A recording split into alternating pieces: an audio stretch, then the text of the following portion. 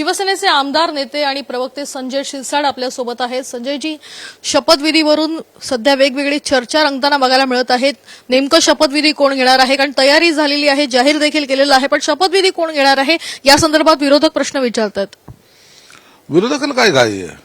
विरोधकांना हे घाई करण्याचं काही कारण नाही. माहितीतला माणूस शपथविधी घेणार आहे, शपथ ग्रहण त्यांचं होणार आहे, मुख्यमंत्री तोच बनणार आहे. म्हणून आम्हाला चिंता नाही, पण यांना चिंता करण्याची काय घाई आहे? म्हणून चिंता तुम्ही करू नका. 5 तारखेला 5 वाजता त्यांना निमंत्रण आम्ही पाठवणार आहोत. शपथविधीच्या समारोहाला या आणि त्या पहा माहितीची सत्ता कशी चालते, कशी आलेली आहे आणि कोण कोण तिथे उपस्थित आहेत, हे सर्व नयनरम्य सुख त्यांना आम्ही देण्याचा प्रयत्न त्या दिवशी करणार आहोत. पण निकालामध्ये बहुमत मिळून देखील इतका उशीर का लावतात असं वारंवार तुमच्यावर टीका होताना बघायला मिळते. अहो, टीका करणाऱ्यांना थोडं तरी सेन्स आहे का? 2019ला 1 महिन्याचा कालावधी का लागला? याच्यावर काय भाष्य करतात का ते? नाही. अहो, आम्हीच ते होतो ना, आम्ही हॉटेलमध्ये आम्हालाच बंदिस्त करून ठेवलं होतं ना. आता तर आम्ही मोकळे फिरतोय सगळीकडे. आणि सत्ता येऊन सुद्धा काय कमवलं यांनी? घरात बसून सत्ता चालवण्याचा प्रयत्न केला. म्हणून सत्ता 2.5 वर्ष गेली कशी चालवली ना, हे लोकांनी पाहिलेलं आहे.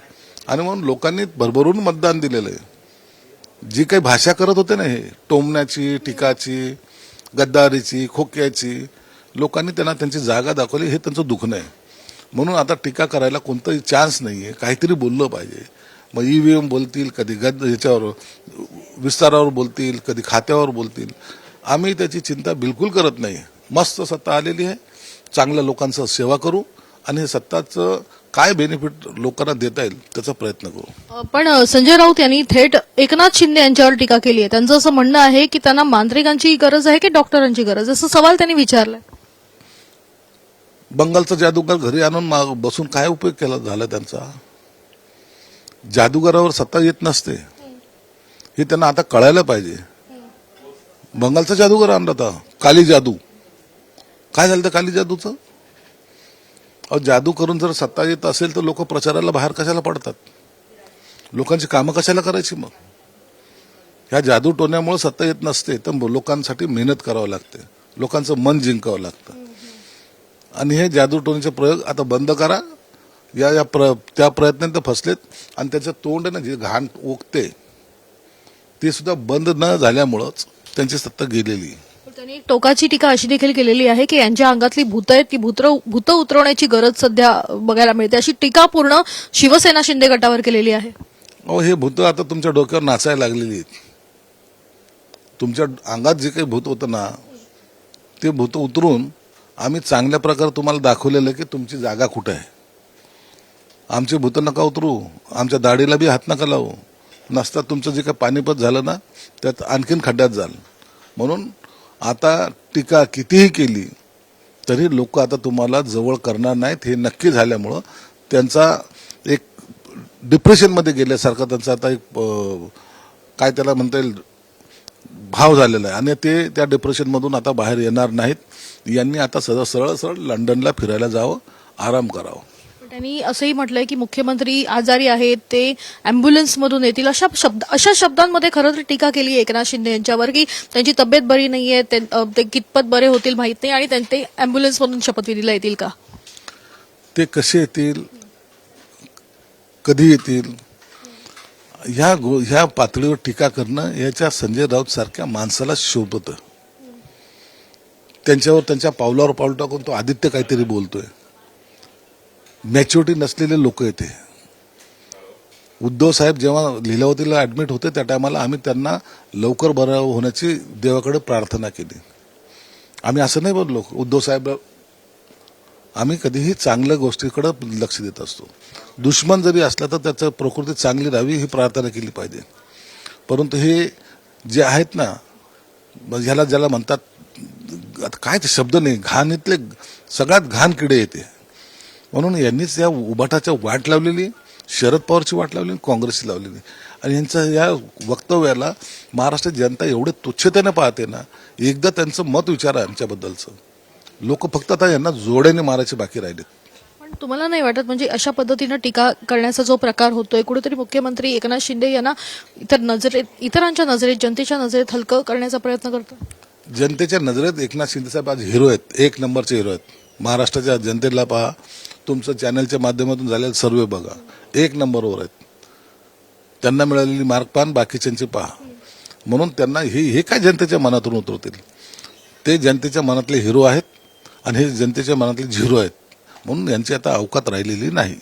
मंत्रिपदावरून सध्या वेगवेगळी विधानं केली जातात की कोणाला कुठलं खातं दिलं जाणार या संदर्भात वादविवाद महायुतीमध्ये आहेत असं देखील म्हटलं जात आहे विरोधकांकडून.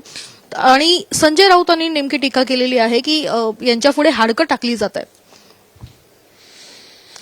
कुत्र्याला हाडकत दिसतात. हा जो भुकणारा कुत्रा ना, याला हाडकं हे याच्याशिवाय दुसरं काही दिसत नाही. म्हणून आम्हाला त्याची चिंता नाही. जेव्हा मंत्रिमंडळ स्थापन होईल त्या टायमाला यांचं तोंड बंद झालेलं असेल. म्हणून चिंता करू नका. आम्ही आहोत. तुमच्यासारखे लाचार नाहीत. जे सिल्वरवोकचे उंबरटे झिजवतात ना, तेवढी लाचारी पत्कराचे दिवस आमच्यावर आलेले नाहीत. तर इतकं सगळं होऊनही महायुतीला मोठं यश मिळूनही विरोधक आणि महाविकास आघाडीचे अनेक नेते अजूनही म्हणतायत की आगे आगे देखो होता है क्या? काय याचं काय नेमकं अर्थ म्हणावं? आगे आगे होत आहे क्या? हे सगळे असे दरवाजात बसलेत कटोरा घेऊन आमच्या. महायुतीमध्ये येण्यासाठी तडफडता येते, पण यांना कोणी विचारत नाही. अनेकांचे फोन आम्हाला आहेत, अनेक आमदारांचे फोन आहेत. ते म्हणतात साहेब आम्हाला तुमच्याकडे यायचंय, आम्हाला यांच्याबरोबर राहायचं नाही. नसतं आमच्या आयुष्याचं वाटोळं करणारे हे लोक आहेत. निवडून आलं तर ठीक आहे, परंतु आमचं भवितव्य आम्हाला तिथं दिसत नाही. म्हणून ते लोक आता दरवाजात बसलेले आहेत. काय निर्णय घ्यायचा आहे ही महायुती घेणार आहे. म्हणून आता नसता यांना यांचे दुकान आता बंद करावे लागणार आहे. पण मग कोण असे आहेत आमदार, कुठल्या पक्षाचे आमदार आहेत जे तुम्हाला फोन करतायत? 1 नंबर तर उबाटाचे आमदार आहेत. काँग्रेस आणि राष्ट्रवादीचा तर काही प्रश्नच येत नाही. आणि म्हणून आता यांना घेण्यातही अर्थ नाही आणि आता लवकर घेऊ नये असं मताचा मी पण आहे. यांना एकदा यांची जागा दाखवून द्या.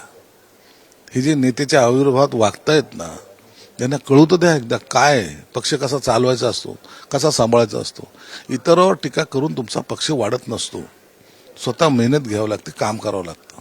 अधिवेशनासंदर्भात देखील प्रश्न उपस्थित केलाय. त्यांचं असं म्हणणं आहे की अधिवेशन सध्या जे घेतलं जाणार आहे ते कदाचित सागर बंगल्यावर घेतलं जाईल, नाही तर वर्षा बंगल्यावर घेतलं जाईल.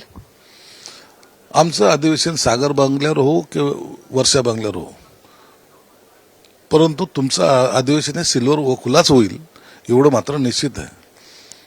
ज्याला राजकारणाची समज नाही, ज्यांनी कधी निवडणुका लढवल्या नाहीत, तेच असे मूर्खासारखे स्टेटमेंट देऊ शकतात. एक वेगळा प्रश्न विचारते. सध्या एकूणच या विधानसभा निवडणुकीमध्ये अनेक पक्ष, खरं तर लहान पक्ष जे आहेत त्यांना अपयश आलेलं बघायला मिळतं आहे आणि त्याचमुळे आंबेडकरी चळवळ कुठेतरी बंद होतीये किंवा आंबेडकरी चळवळीला नष्ट करण्याचं काम केलेलं आहे अशी एक ओरड ऐकायला मिळते, अशी चर्चा रंगतीये. तुमचं काय म्हणणं आहे? आंबेडकर चळवळीला कोणी बंद करू शकत नाही, परंतु निर्णय घेताना जे काही थोडासा बहुत चुका होतात निवडणुकीच्या काळामध्ये, त्याचा हा परिणाम झालेला आहे. मुळामध्ये कुणाबरोबर जायचं? ज्या काँग्रेस राष्ट्रवादीबरोबर उभाटा गटाला कधीच जायचं नव्हतं आयुष्यात, जे शिवसेना प्रमुख होते ते तिकडे गेले, त्यांचं वाटोळं झालं. आंबेडकर चळवळीचे काही कार्यकर्ते उभाटाबरोबर जायचा प्रयत्न करत होतो, त्यांचं वाटोळं झालं. मला वाटतं की सर्व आता आपण सोशल जे आपले विचार आहेत ते प्रभावीपणे मांडण्यासाठी सत्तेमध्ये असणं गरजेचं आहे. आणि मग सत्तेमध्ये असून एक चांगला विचार समाजाला द्यायचं काम आंबेडकर चळवळीने केलं पाहिजे. उत्तर प्रदेश सारख्या ठिकाणी बाबासाहेबांच्या नावावर जर सत्ता येते तर महाराष्ट्रात का नाही, हा एक प्रश्न आहे. म्हणून आंबेडकर चळवळीच्या नेत्यांनी सुद्धा एकत्रितपणे येऊन आता मतभेद विसरा. किती वर्ष भांडणार एकमेकामध्ये? हे मतभेद विसरून जर एकत्र जर आले ना, तर महाराष्ट्राला चांगल्या नेतृत्वाची जी गरज आहे ती पूर्ण होईल. मला वाटतं हे नेत्यांनी आता केलं पाहिजे. नसता आंबेडकर चळवळ काही दिवसांना निस्तानाबूत होण्याचा जो काही इतर लोक प्रयत्न करतात त्यांना ते बळ मिळेल आणि ते बळ मिळू देऊ नये असं माझी प्रामाणिक इच्छा आहे. याआधी संविधानाचा विषय हाती घेऊन ज्या पद्धतीनं निवडणूक लढली गेली की संविधान खतरे में है अशा संदर्भातला नारा त्या ठिकाणी दिला गेला, कुठेतरी या सगळ्या गोष्टी आंबेडकरी चळवळीला अपयशाकडे नेण्याकडे कारणीभूत आहे असं वाटतं तुम्हाला? हे संविधानचा नरेटिव्ह सेट करून आंबेडकर जनतेला मूर्ख बनवण्याचा प्रयत्न केला. आता तुम्ही पाहिलं असेल प्रियंकाने तर संविधान घेऊन शपथ घेतली. मग कॉमन माणसाची अरे बाबासाहेबांचं संविधान हातात घेऊन शपथ घेतली ना. अरे ते हातात घेतलेलं संविधान तुडवण्याचं काम ह्याच काँग्रेसने केलेलं आहे. यांनीच बाबासाहेबांना त्रास दिलेला आहे, यांनीच बाबासाहेबांना पाडलेलं आहे, यांनीच अशा अनेक चळवळी उभ्या केल्या होत्या ज्याच्यामध्ये जातीमध्ये तेढ निर्माण होईल, आणि तरी आपण त्यांचा झेंडा हातात घ्यायचा. म्हणून प्रवाहाच्या विरोधात पोहायला शिकलं पाहिजे, जे बाबासाहेबांनी केलं. एवढ्या सगळ्या जाती वर्ण व्यवस्था त्या वेळेला होत्या, तरी बाबासाहेब आपले बाबासाहेब होते, त्यांनी त्यांचं अस्तित्व निर्माण केलं ना. मग आपण चळवळीचे लोक करू शकत नाही. म्हणून प्रवाहाच्या विरोधात एकदा पोहायला शिकलं की सगळ्या अडचणी आपल्या मात होतील. किरीट सोमय्या यांनी आरोप केलाय की मालेगावमध्ये वोट जिहाद बघायला मिळाला, कारण मालेगावमध्ये मोठ्या प्रमाणात पैसा जो आहे तो हवालाच्या मार्फत आला आणि त्याचा वापर करण्यात आला, आणि त्यांनी नावं पण दिलेली आहेत खाली. आहे ना, अनेक राष्ट्रातून पैसा आलेला आहे, अकाउंटवर पैसा आलाय. और जो मुलगा काहीच काम करत नाही त्याच्या तो मोटरसायकल घेऊन फिरतोय, कुठून काय कमाई काय तुमची? हे सगळं वोट जिहादसाठी तयार केलेली फौज आहे. या फौजेचा वापर हे समाजामध्ये एक वेगळा संदेश देत आहेत ते, आणि वोट जिहाद करतायत, एकत्रित करतायत, लव जिहाद होतोय. हे सगळं करण्याचं काम, पसरवण्याचं काम, हे पॉयझन आहे, हे पॉयझन द्यायचं काम करतायत. म्हणून जे काय बाहेरून पैसा आला ना, ज्यांच्याकडे आला त्यांची चौकशी सुद्धा झाली पाहिजे. सरकार स्थापन झाल्यावर कशा पद्धतीनं या सगळ्या गोष्टीवर कारवाई करण्याची अपेक्षा तुम्ही बाळगता? सरकारने ह्या सगळ्या गोष्टी जे समाजाला घातक आहेत, ज्याच्यामुळे समाजामध्ये तेढ निर्माण होते किंवा दंगली होऊ शकतात, याच्यावर प्रायोरिटीने लक्ष दिलं पाहिजे. एखादा गुन्हा झाला तो समजू शकतो, परंतु असा जर देशावर आणि महाराष्ट्रावर कोणी घालायचा प्रयत्न करत असेल तर त्याला सिरियस घेऊन त्याच्या विरोधात लढलं पाहिजे. आपण बघतोय की संजय शिरसाट यांनी एक दावा केलेला आहे की जेव्हा सरकार स्थापन होईल तेव्हा निश्चितच वोट जिहाद सारखे अनेक प्रकार जे अनेक पॉकेट्समध्ये बघायला मिळाले होते राज्याच्या, ते नेस्तानाबूत करण्याचं काम महायुती सरकार करेल. आणि निश्चितच आंबेडकरी चळवळीसंदर्भात जे कोणी सध्या बोलतायत त्यांनी प्रवाहाच्या विरुद्ध येणं गरजेचं आहे, तरच आंबेडकरी विचारांचा आणि चळवळीचा विजय होईल, असं देखील स्पष्टीकरण केले. तर विरोधक अनेक टीका करतायत, मात्र त्यांना टीका करू द्या, लवकरच त्यांचा पक्ष संपेल अशा संदर्भात टीका देखील संजय शिरसाट यांनी केलेली बघायला मिळते. कॅमेरापर्सन अरविंद वैदेही काणेकर, साम टीव्ही न्यूज, मुंबई.